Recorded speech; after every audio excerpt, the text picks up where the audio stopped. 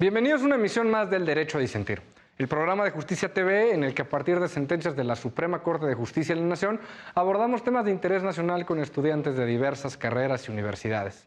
Hoy vamos a platicar sobre el amparo directo en revisión 1183-2018, resuelto por la primera sala de la Suprema Corte bajo la ponencia del ministro Juan Luis González Alcántara Carranca. En este asunto, la primera sala analizó si el derecho humano a la defensa adecuada incluye que la defensa proporcionada por la persona inculpada sea material. Es decir, que este derecho no solo consiste en contar con la asistencia de un abogado o abogada, sino que su actuación sea diligente y acorde a los intereses de la persona que representa. Yo soy Alejandro Telles, gracias por sintonizarnos. Comenzamos.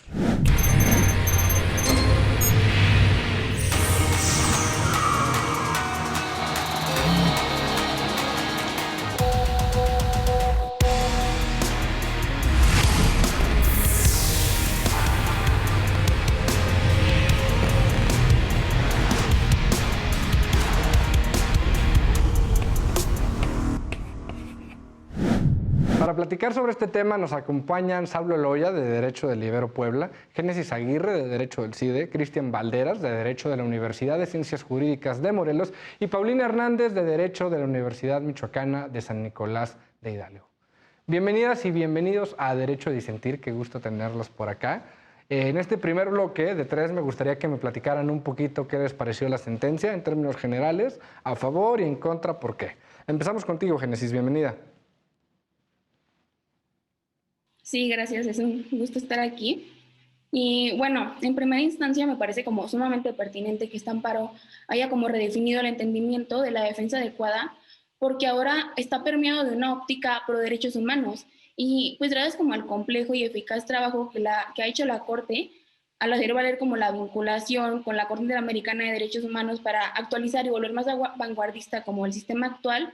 Por ejemplo, en este caso se tomó como referente el caso de Ruano Torres contra El Salvador para deliberar, pues creo que ha sido como un gran avance, ¿no? En tema de derechos humanos.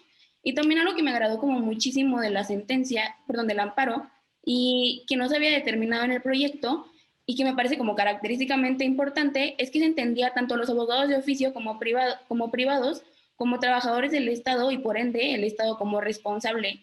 O sea, creo que es como un muy buen método para asegurar como certeza jurídica y evitar que se inicie el proceso con una noción desesperanzadora de que no se le hará justicia por la vulnerabilidad de su posición o por la posibilidad de acceder a un abogado, pero que no conocen o que podría fallar. Y creo que de verdad es como muy importante lograr que tu estrato socioeconómico no sea un factor predefinitorio de tu sentencia para poder desafiar como las desigualdades y consecuencias estructurales que conlleva. Y porque al final del día también, o sea, sin defensa adecuada no hay como un juicio justo y con ello empieza como una cadena en la que se vulneran muchos más derechos fundamentales. Entonces, pues siento que el amparo es como sumamente importante para empezar a redefinir cómo entendemos la defensa adecuada y cómo se le garantiza a las personas que tienen que requerir a ella. Perfecto. Entonces tenemos que Génesis está a favor del nuevo entendimiento de la primera sala de lo que son estas vertientes del derecho fundamental a una defensa adecuada. Anotado y sobre esa línea nos movemos. Cristian, bienvenido a Derecho a Disentir. ¿Compartes esta postura? ¿Estás a favor o en contra? ¿Qué te pareció? Pues muchas gracias de nuevo por el estar aquí debatiendo con mis demás compañeros. Y sí comparto la idea. ¿Por qué? Porque de alguna manera, a pesar de que la persona haya cometido delitos graves, pues es un ser humano y tiene derechos humanos. Por ende, se le deben de brindar una defensa adecuada, pues correcta. Y pues de acuerdo a lo que yo leí, me pareció muy interesante cómo es que la Suprema Corte desglosa todos los criterios que nos llevan a garantizar esa defensa adecuada, porque pues no solamente se trata de que tengamos a un licenciado en Derecho, sino que este licenciado en Derecho además sea un especialista en el sistema de justicia penal, porque si no es un especialista en el sistema de justicia penal, por obvias razones pues no va a poderle brindar a la persona una buena asesoría jurídica y pues más allá de que vayan a decir la sociedad que pues los juicios orales son buenos, va a quedar a decir que pues los juicios orales no sirven porque la gente no está preparada. Y la idea de los juicios orales es que en este sistema se demuestre que no solamente es el juicio oral, sino también se vayan a otros mecanismos alternativos de solución de conflictos, pero que todos los operadores del sistema jurídico pues estén bien preparados ¿Por qué? Porque como las audiencias ya son públicas, pues todo el público que a veces está en las audiencias, o estaba más bien porque por el tema de la pandemia ahorita ya nada más se permite pues entrar a ciertas personas, pero cuando era pues de manera pública, que la sociedad viera que pues el sistema de justicia penal era garante y que sí funciona de alguna manera, y eso es lo que yo pienso. Muchísimas gracias, Cristian. Iris Paulina, ya me aprendí los dos nombres. ¿A ti qué te parece? ¿A favor, en contra? ¿Por qué? Sí, en ese sentido, pues primero agradecer el espacio en este diálogo entre todos nosotros y pues igual saludar a todos. Es un gusto estar aquí. Y pues yo considero que más allá de parecerme interesante, me parece un avance. Me parece que es un avance en pro de los derechos de las personas procesadas en el ámbito penal, porque pues más allá de solamente como hacer referencia a una persona que sería el quejoso, marca una pauta para todo lo que viene, porque para la audiencia, que quizás algunos desconocen de este tema, pues podemos decir que la ley, que la Constitución marca derechos para aquellas personas que están siendo procesadas por delitos, y uno de ellos pues es el derecho a una defensa adecuada, donde podemos decir que pues la Suprema Corte ya define qué es lo que abarca una defensa adecuada, que abarca no solamente un aspecto formal, que como ya lo comentaron mis compañeros, tiene que ver con que quien te defienda pues sea un licenciado en Derecho, tenga cédula profesional, pero también marca la pauta del aspecto material, y muy importante eso, que realmente pues la persona procesada va a ser defendida conforme a la ley, y pues básicamente es eso. Yo me encuentro de acuerdo y creo que es en pro de los derechos humanos pues de cualquier persona procesada. Muchísimas gracias. Hasta el momento vamos 3 personas que consideran que esto es adecuado. Saulo, bienvenido a Derecho a Disentir y gracias por acompañarnos. ¿Tú qué opinas de la sentencia? Muchas gracias, Alejandro. Los saludo y les agradezco nuevamente la invitación.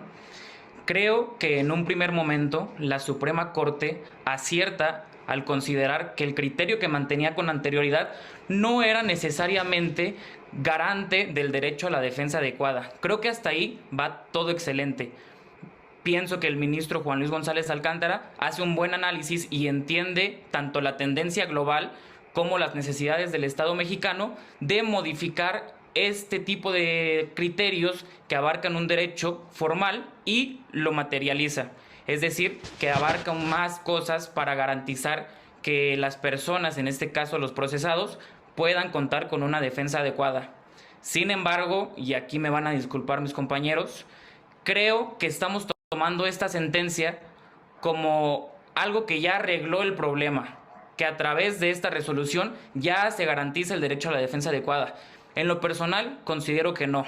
¿Por qué? Porque el criterio que emite la Suprema Corte a través de esta resolución es muy amplio y genera más preguntas que las que resuelve. Por eso creo yo que si bien fue un acierto reconocer, no el error, pero digamos la necesidad de innovar y de cambiar el criterio, también considero que dejaron muchas cosas en blanco y que podría generar una carga excesiva a los juzgadores, podría generar una salida fácil a las personas que resulten condenadas por la comisión de un delito, y además un conflicto en cuanto a quién tiene la responsabilidad dentro del aparato estatal de determinar si fue o no una defensa adecuada. Muchísimas gracias. Tocas unos temas que son fundamentales y que me parece que serían línea base para lo que va a ser el debate posterior. Vamos a empezar, antes de abordar como tal ya lo que es el criterio, yo les quiero hacer una pregunta directa, tal cual. Génesis, ¿en México gana un juicio el que tiene el mejor abogado? ¿La justicia es para los ricos? Bueno, siento que esa pregunta es como sumamente controversial y muy discutible, ¿no? Pero yo creo que el engranaje jurídico sí está como sumamente viciado, sí tiene como muchísimas deficiencias, y en ese sentido sí creo que la justicia es para los ricos, el sistema penal muchísimas veces es solamente para los pobres, la cárcel solo es para los pobres, el sistema punitivista sí castiga solamente a algunos, y sí creo que sí requiere como muchísimos arreglos, y en ese sentido estoy de acuerdo con lo que menciona Saulo, pero creo que es como también muy importante, o sea, si bien no arregla el problema, tener como este primer acercamiento a que los derechos humanos se tienen que ajustar, no se tienen que ajustar al sistema, sino al sistema a los derechos humanos, firma como una gran pauta para poder como empezar a redefinir cómo va a empezar a cambiar como el resto del sistema y hacia dónde queremos ir. Esto que mencionas es bien interesante porque como lo mencionas, hay dos formas de acercarse a esta problemática que ya identificamos. Una es decir, adaptemos al sistema jurídico a esta realidad social que ya existe con estas deficiencias, y otras no, hagamos un sistema jurídico que trascienda a esos problemas y que después pueda moldear a la sociedad conforme a lo que plantea la norma. Iris, Paulina, ¿qué pasa aquí en México? ¿Cómo ves? Creo que Saulo tocó un tema interesantísimo, que son los alcances de esta decisión. ¿A ti qué te parece su implementación en la realidad del sistema? Pues yo creo que su implementación me parece benéfica, porque si bien, como yo lo comentaba, a lo mejor no arregla el problema, pero sí representa un avance en establecer, digamos, una luz, un camino por donde hay que seguir. Y de hecho, en la misma sentencia, pues establece estas cuestiones de que, si bien es cierto el hecho de que una defensa adecuada abarque un aspecto material, no quiere decir que haya ciertas cuestiones que tenga que hacer el defensor exactas para que ahora sí represente la defensa adecuada, sino que tendrían que ser elementos de acuerdo al caso específico. No podríamos aplicar la misma fórmula a todos los casos. Y yo creo que, pues sí, el sistema actualmente en México, el sistema penal, pues aún está en desarrollo, aún necesita mucho trabajo, muchas cosas que se tienen que arreglar, que se tienen que modificar, pues para que podamos tener un sistema pues mejor para todos aquellos que son procesados. Ok. Cristian, ¿tú qué opinas de lo que nos hablo? Pues yo difiero un poquito de lo que comentaba mi compañera Iris, porque si bien pues este sistema no es tan nuevo, porque recordemos que se hace a partir del año 2008, ya tiene prácticamente 13 años, si bien no todos los estados pues tienen 13 años dominando este sistema, pues sí tienen algunos años, pero ¿qué es lo que pasa? Que pues no todas las personas que conforman este sistema de justicia penal pues están capacitándose y están preparadas, además de la sobrecarga que muchas veces pues tienen los ministerios públicos, y es por eso que pues muchas personas pues no siguen su proceso en libertad, porque si bien el Ministerio Público le pone atención a de 20 carpetas que tiene de investigación, pues le puede poner atención solamente a 3, entonces pues las demás como que tienen deficiencias, y es ahí donde pues los defensores se agarran. Y otra cuestión que me parece interesante pues es que hace rato que comentabas de que la justicia sí es para los ricos o no, yo considero que no, porque existen las defensorías públicas, tanto federales como estatales, y dentro de estas defensorías pues yo considero que sí hay defensores públicos buenos. Sin embargo, pues también a veces por la sobrecarga de trabajo que tienen ellos, pues es difícil que le pongan el empeño necesario para que puedan tener una defensa adecuada y material. Pero si hubiera un poquito menos de sobrecarga de trabajo hacia estas instituciones, el sistema pues funcionaría perfectamente, porque desde mi punto de vista este sistema que se adoptó en México es buenísimo. Los juicios orales y los medios alternativos de solución de conflictos pues son de lo mejor que nos pudo haber pasado aquí como país. Perfecto, es un gran punto de vista. Para poner en contexto un poco a la gente que nos acompaña en casa, que no son abogadas y abogados, pues sí, como tal, antes en el sistema penal teníamos un sistema escrito en el cual como todo el juicio se llevaba en papel, y desde ya no tan recientemente, ya pasaron unos cuantos años, se implementó este nuevo sistema de justicia oral, ¿no? Donde ya tienes a un juez, cambian todas las instancias, un juez de control que va a verificar determinados procedimientos, pero frente al acusado y frente al Ministerio Público y la parte acusatoria. Ahora, tocan bastantes puntos, vamos poco a poco. Primero, el tema de la defensoría, en efecto, ¿no? Creo que nadie de aquí se va a quejar de que toda persona tenga un abogado defensor.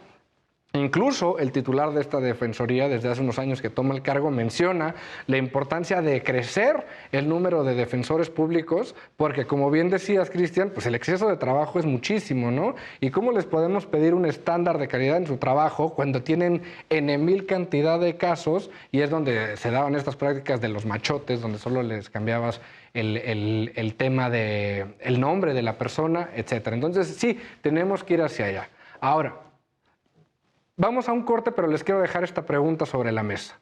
Últimamente ha habido voces que se quejan de algunas condiciones del sistema penal que aparentemente, o ellos lo mencionan, protegen a delincuentes, ¿no? Así lo han dicho públicamente, que como tal los delincuentes se escudan en estos derechos como defensa adecuada, que da lugar a una reposición del procedimiento o al indebido proceso, y que da lugar a fallas como tal. ¿Qué opinan? Platíquenlo y regresando me cuentan qué les parece. En casa también, ¿qué les parece este tema? Regresamos en el segundo bloque de El Derecho a Disentir.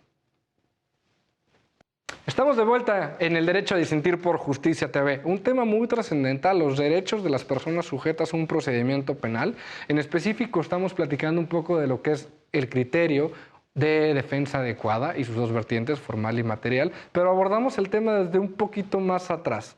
El tema, como decíamos, de los derechos de las personas sujetas a este tipo de procedimientos y las voces que se han levantado diciendo no, los delincuentes se están aprovechando de eso para salir de las cárceles. Saulo, ¿qué opinas de esto? Creo que esta pregunta que planteas, Alejandro, es muy controversial, sobre todo cuando se expone a la luz de la opinión pública. ¿Por qué? Porque en nuestro país, sin duda, existe un clima, digámoslo, de impotencia, tal vez de enojo de las personas, ya que día tras día vemos a personas que probablemente cometieron un delito salir libres. Pero considero que nosotros, como abogados, debemos dejar de lado eso, no distanciarnos de la realidad, pero enfocarnos estrictamente en los puntos jurídicos de este caso. Tú planteabas la posibilidad de que existiera más derechos que van contra el acusado que para las víctimas. Creo que en este sistema penal podríamos debatir que sí, que se le pone más atención a la persona que está siendo sometida a un procedimiento. ¿Por qué? Porque son temas mucho más estrictos y en los que el Estado puede incurrir más fácilmente en responsabilidad. Creo que el legislador, tanto a nivel federal como del Fuero Común, ha intentado a veces tratar de darle más derechos a las víctimas balanceándolo con la persona que se encuentra sujeta al procedimiento. Sin embargo, creo que en este caso en particular se rompe un poco con el principio de imparcialidad y de igualdad de las partes. ¿Por qué lo digo?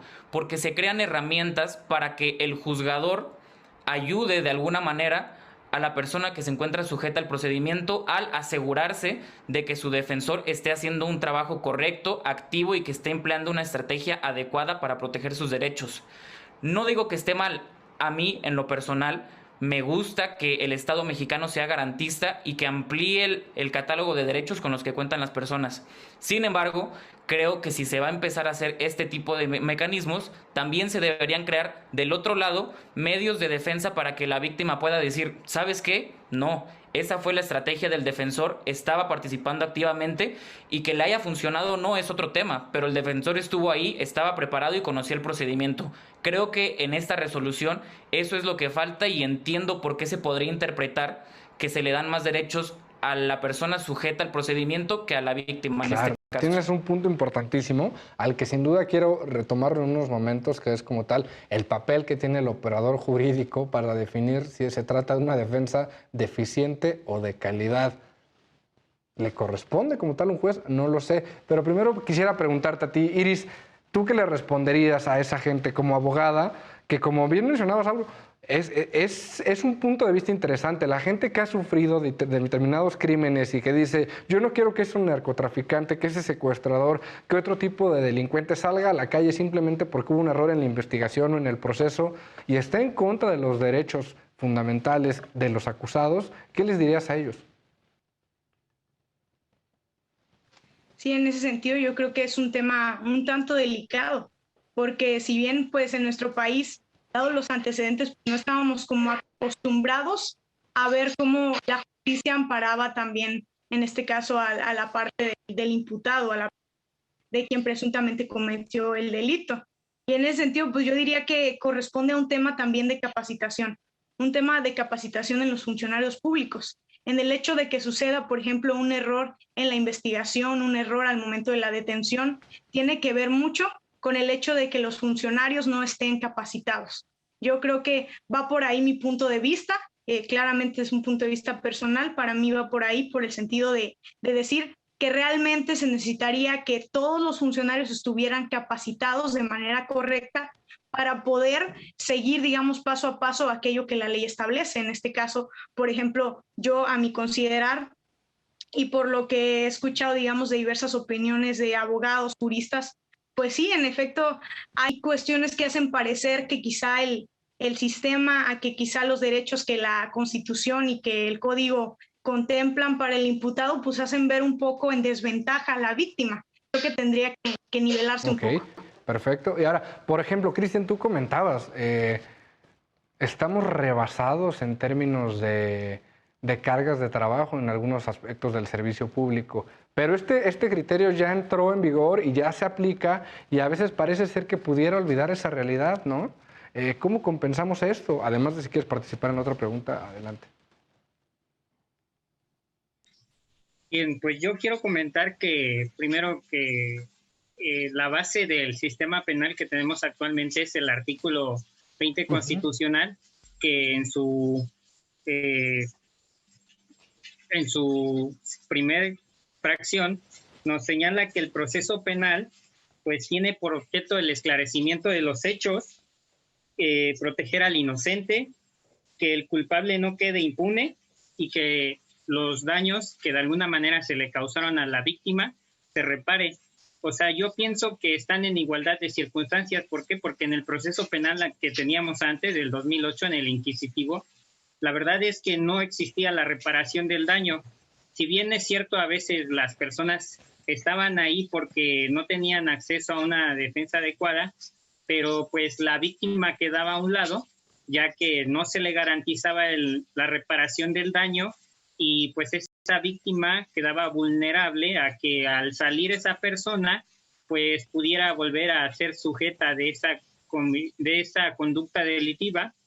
Y esto es lo que me parece interesante ahora del sistema de justicia penal, la reparación integral del daño, que muchísimas veces pues no se cumple porque hay imputados que no tienen para pagar la reparación del daño, pero es un paso importante que tenemos, vanguardista en este nuevo sistema de justicia penal. Sí, pero como lo mencionabas, a veces parece que este nuevo sistema, y como bien dices, las normas que le dan sentido, están parados como si fuera un castillo sobre nubes, ¿no? Nos hablan de reparación del daño, nos hablan de ciertas posibilidades de defensa, cuando en la realidad tal vez no se pudiera dar. Entonces, Génesis, yo te daría la palabra con estas mismas preguntas y te añadiría, por si quieres irnos adentrando a este tema, en este nuevo criterio de la primera sala se señala que el juez va a tener un papel activo en la determinación de si hubo o no una defensa adecuada en sentido material. ¿A ti qué te parece esto? Bueno, gracias. En primera instancia, o sea, yo sí quiero recalcar que yo creo que eso es más como un problema estructural y muchísimas veces las soluciones que se encuentran parecen paliativas incluso, ¿no? Y no creo, o sea, no creo que la impartición de justicia sea sumamente eficaz, pero tampoco creo que los imputados se encuentren en alguna ventaja. O sea, sí creo que el estrato socioeconómico tiene implicaciones muy grandes en el proceso penal y creo que nuestro sistema penal es sumamente racista y clasista y se permea todas las áreas del sistema para beneficiarse y para perjudicarse, ¿no? En ese sentido, yo sí creo que pues hay muchas deficiencias que no van meramente como rezagadas a los meros individuos como abogados o juzgadores en sí, sino que el sistema naturalmente está viciado, ¿no? Y bueno, respecto al juzgador, bueno, dado el hecho de que solo con que se le otorgue como la cédula y el título al abogado o al licenciado en Derecho, ya tiene como las facultades para poder ejercer y poder litigar, incluso en este caso, pues no creo que haya como, o sea, no existe algún segundo filtro que garantice que ese conocimiento pueda estar aplicado, ¿no? Entonces, o sea, como mencionas, hablo de que pues puede ser un poco como complicado otorgarle esta facultad al juzgador. También creo que es como necesario porque es la única persona que está presente en todo el caso y en todo el juicio y es la única persona que tiene de acercamiento con los abogados independientemente porque justo como lo mencionó, no hay como un colegio de abogados o algo así que se cerciore de los conocimientos.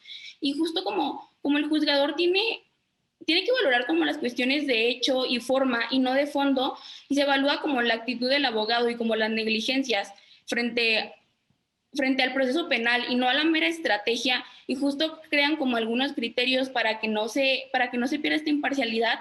No creo que se esté como ayudando y poniendo como todo en bandeja de plata para el imputado. O sea, creo que se le está dando como las garantías mínimas que necesita para poder defenderse y para poder también hacer valer como su punto de vista y su versión de la historia. Ok, me parece interesante tu punto. Ahora, el mismo criterio, la misma resolución que estamos analizando, parte de la aceptación de determinadas estrategias procesales que pudiera tener el imputado, que en determinado momento podrían tener la apariencia de una ineficaz defensa adecuada.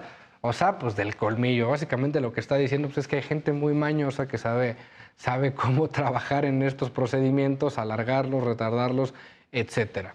Y aún así, aún sabiendo esto, se vuelve una cuestión completamente subjetiva del operador jurídico si se trata o no de un mal desempeño de una función para la cual lo acreditó el Estado, ¿no? O sea, nos estamos pasando de largo lo que haya dicho la SEP y que ya tiene una cédula de abogado, eso no es suficiente. Voy a analizar como si fuera escuelita lo que hiciste en el expediente. ¿Tú qué opinas, Saulo? Sí, creo que es muy interesante lo que menciona Génesis. A mí me gustó en particular esta mención que hace de un colegio de abogados, ¿no? Que en nuestro país existen, pero no tienen tantas facultades como en otros lugares. Creo que conforme a esto, pues sí, hasta cierto punto no le damos el valor a un título de la licenciatura en Derecho. Creo que traemos la presunción de que no porque seas licenciado en Derecho ya estás facultado para atender tal procedimiento, sobre todo en materia penal, no que sea más importante, pero que sí trata sobre temas, pues bueno, más vulnerables, la libertad, la vida, etcétera.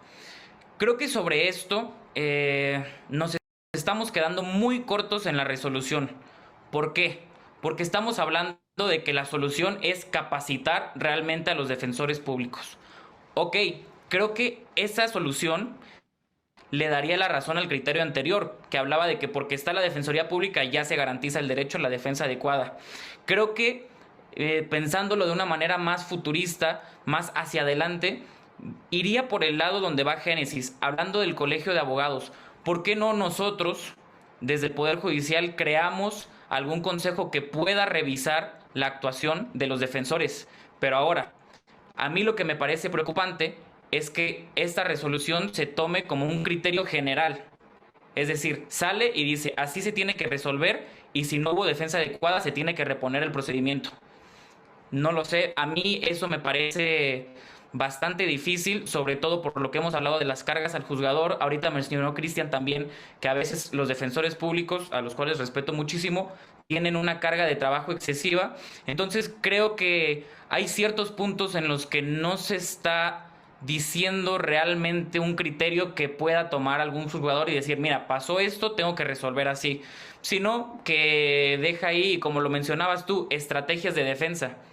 Bueno, puede haber una estrategia pasiva, pero que sea muy efectiva. Y puede haber una estrategia activa que no sirva para nada.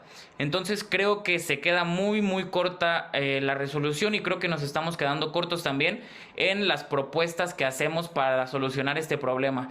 Creo que tenemos que pensar, como se diría coloquialmente, afuera de la caja e imaginar cómo podemos revisar estos asuntos desde una perspectiva objetiva, reproducible, que no sea vulnerante para los derechos ni del imputado, como bien lo mencionan, que se tienen que proteger, pero tampoco de la víctima, porque crearíamos una disparidad en el procedimiento. Como lo mencionas bien, el procedimiento jurídico en materia penal es sumamente complicado por los bienes jurídicos que implica su tutela en sí mismo, ¿no? Como bien decías, la libertad, en algunos casos la lesión a derechos como la vida, etcétera, ¿no? Y esto mismo conlleva a que tengamos principios y reglas procesales muy estrictos, como la taxatividad, etcétera, o estándares probatorios como la más allá de toda duda razonable, por las mismas implicaciones que esto tiene. Y la sentencia nos deja en términos muy abiertos cómo tiene que proceder el operador jurídico para determinar una consecuencia tan grande como reponer el procedimiento. Reponer el procedimiento puede implicar que una persona pase por prisión preventiva oficiosa muchísimo más tiempo en la cárcel del que merece, o en su defecto, que no pise la cárcel una persona que sí debería estar allá. Y cuando el criterio retoma estas estrategias legales, pues nos queda la duda, ¿no? No nos está sentando ninguna base para determinar con bases claras cuándo nos encontramos ante un supuesto que sí lo merece y cuándo ante un supuesto que no. Les dejo esta pregunta y esta reflexión sobre la mesa y regreso contigo, Iris. No se vayan en casa, el programa se está poniendo muy interesante. Regresamos al tercer bloque de El Derecho a Disentir. Estamos de vuelta en el tercer bloque de El Derecho a Disentir. Vamos a platicar un poquito sobre este último tema que tocábamos, ¿no? Que es la participación del operador jurídico en consecuencias tan importantes como el determinar que hubo una ineficaz defensa de la parte acusada. Iris, ¿qué pasa con este problemón? ¿Qué hacemos?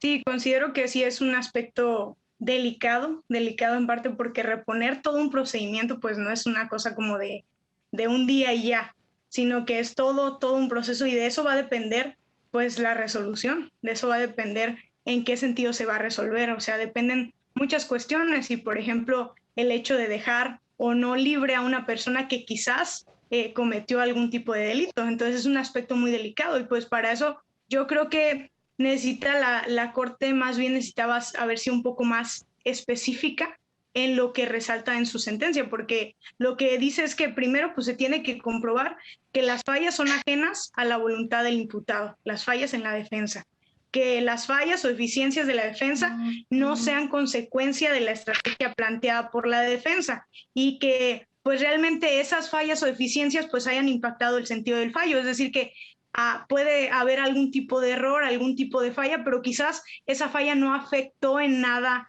la sentencia, pero yo considero que es un aspecto difícil de delimitar, difícil como de decir se tiene que hacer esto y esto y esto, porque debe ser de acuerdo al caso concreto. No puede aplicarse lo mismo para todos los casos. Pero ahora sí, yo lo que opino es que podría ser como una doble revisión.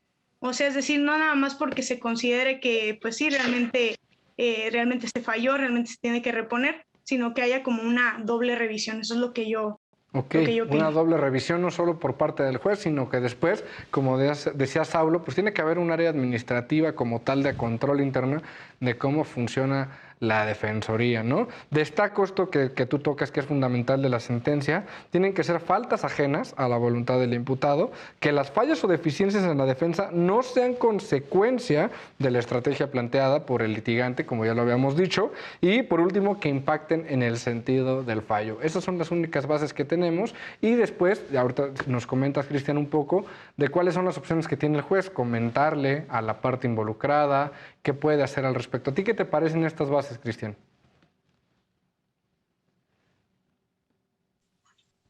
Pues sí es bien interesante lo que la Suprema Corte señala, porque si bien una persona va con un defensor particular, no un defensor de oficio, pero el juez se da cuenta de que pues ese defensor particular de alguna manera no está actuando de forma correcta, pues obviamente en la audiencia le hará saber al imputado que va a revocar esa defensa que tiene, porque pues no está ayudándole en nada y que se le va a otorgar un defensor de oficio, porque pues muchas veces también pasa que los defensores privados no están muy bien preparados, que digamos, y de alguna manera dejan en estado de indefensión a los imputados y pues obviamente a pesar de ser imputado debe tener una defensa, no importa el delito, pero como que sí queda muy abierto aquí porque pues estamos hablando de un delito grave que es el secuestro, no es un delito pues tan fácil de asimilar, sobre todo para la víctima. Y entonces, pues como que la Suprema Corte de alguna manera, pues sí se puso a analizar diversos puntos, diversas cuestiones, pero yo pienso que debió prever que solamente esta cuestión de reponer el proceso y demás fuera para ciertos delitos, porque a veces también la víctima que está del otro lado va a decir que pues está beneficiando al imputado y que está quedando a un lado él la víctima y que se está pues haciendo una doble revictimación porque pues otra vez volvemos a todas las pruebas y demás, o sea, hacer doble trabajo. Entonces como que sí quedó un poquito abierta esta vertiente de la Suprema Corte y como que sí eso es lo que se debiera hacer, analizar en qué tipo de delito se puede, y por otra parte yo consideraría que también pues se abundara aún más a las cuestiones de los mecanismos alternativos de solución de conflictos, porque pues en este sistema no todo es juicio oral, sino tenemos también procedimiento abreviado y otras cuestiones más que benefician no solamente al imputado, sino también a la víctima, pero que pues aún no se agotan del todo y que en muchos estados estos mecanismos alternativos de solución de conflictos pues no están siendo aprovechados de la mejor manera. Como bien mencionabas, en un primer momento ya discutimos estas primeras 3 bases para determinar ante cuándo nos encontramos en una ineficiente defensa, ¿no? Y después, ahora que es lo que estamos tocando, ¿qué puede hacer el juez y qué puede hacer como tal el tribunal colegiado ante una situación de este tipo? El juez, en primer lugar, tiene que manifestarle de manera clara al imputado lo que está pasando, ¿no? Que en términos claros es mi hermano, pues el defensor o la defensora que traes no te está ayudando o no te está defendiendo de una manera adecuada. Pero la decisión de si lo echa y lo cambia o no sigue estando en el imputado. En caso de que él diga, ok, confío en lo que usted me está diciendo, le van a dar otro, un defensor de oficio, al cual todos tenemos derecho en términos constitucionales, o por el contrario, si esta persona desea que su defensor continúe en el juicio, se le puede acompañar por un defensor público que haga esta tarea, ¿no? Esto pasa cuando se encuentra ante un juez. Cuando ya estamos ante un tribunal colegiado, la cosa cambia y es donde entramos ya en este procedimiento de restaurar el procedimiento. Entonces ya es muy distinto, ¿no? Y es donde entramos en este supuesto de que se perderían muchísimo tiempo, muchísimas actuaciones. Y como bien lo mencionas, Cristian, aquí juega mucho el papel de qué tipo de delitos se trata. ¿Por qué? Porque también hay delitos cuyos procedimientos penales son revictimizantes y eso lo podemos encontrar en delitos para las mujeres, ¿no? Imaginemos el caso de la desagradable caso de una violación, etcétera, de un abuso sexual, en el que encontramos a la víctima ya sufriendo lo que tiene que pasar dentro de un procedimiento de este tipo y que en un tribunal colegiado se determine que se tiene que reponer el procedimiento porque hubo una inadecuada defensa, ¿no? Creo que, como bien dices, es una puntuación clarísima. No todos los delitos se deben tratar de forma igual. Génesis, ¿tú qué opinas de esta última parte de la discusión? Bueno, pues eso me parece como muy valioso. Yo creo que deberíamos de repensar justamente qué delitos entran, pues, por lo que tú comentas de que se puede revictimizar y que pues, son procesos como sumamente cansados para volverlos a pasar. Entonces, si bien esto puede ser como una estrategia y como un método para evitar que más personas inocentes terminen en la cárcel, y si bien los criterios son sumamente ambiguos, ¿no? Como el juez determina que el impacto de cierta acción determinó el fallo, sí creo que todavía, necesitamos muchísimas más especificaciones. También creo que es importante que no sé, que si bien hay delitos como muy lastimosos y muy problemáticos, tampoco debemos dejar de lado al imputado y tampoco debemos como pues de olvidar cómo opera de que el sistema penal y lo injusto que es en muchas ocasiones, ¿no? Y bueno, no sé, es que lo de la violación me puso a pensar como muchísimo porque creo que es un caso como muy complicado y creo que la solución estaría como en el fondo de no permitir que más bien abogados y litigantes que no están como bien facultados para ejercer su trabajo tengan que ejercer como en estos casos para que no tenga que llegar a la solución de tener que volver a empezar como todo un caso. Entonces más bien sí requeriría como una solución pues sí más de fondo y más integral para que esto no fueran como los resultados o las soluciones. Okay. Muchísimas gracias, Saulo. Me gustaría terminar esta última parte del debate con tu aportación sobre este tema. Claro que sí, con mucho gusto. Creo que mis compañeros han hecho buenas observaciones, han lanzado propuestas que a mi parecer son correctas. Por ejemplo, Iris mencionaba la doble revisión. Si bien creo que sería adecuado para no dejar duda alguna de que hubo o no defensa adecuada, pues ¿qué pasa con la celeridad? Si metemos una doble revisión, ¿cuánto tiempo más vamos a tener que invertir para determinar si sí o si no se va a la cárcel? Creo también importante lo que menciona Génesis y lo que mencionabas tú sobre la revictimización. Creo que de por sí cualquier procedimiento jurídico es bastante desgastante. Ahora, un procedimiento penal lo debe ser muchísimo más. En este sentido, creo que podríamos estar exagerando en decir, ¿saben qué? Si pasó esto, la única solución tiene que ser la reposición del procedimiento. Puede que no. Podemos imaginar diferentes maneras de hacer las cosas en las que no tengamos que echar para atrás todo el esfuerzo, todo lo invertido por el aparato procesal y tal vez tratar de reparar el daño que se le pudo haber causado a cualquiera de las partes a través de diferentes medidas. Hablaban de la correcta capacitación de los defensores, que me parece excelente. Hablábamos también acerca de medios alternativos de solución de conflictos que pueden aminorar tanto la carga procesal para el aparato judicial, tanto la carga de trabajo para los defensores públicos, como el desgaste para las partes en el procedimiento.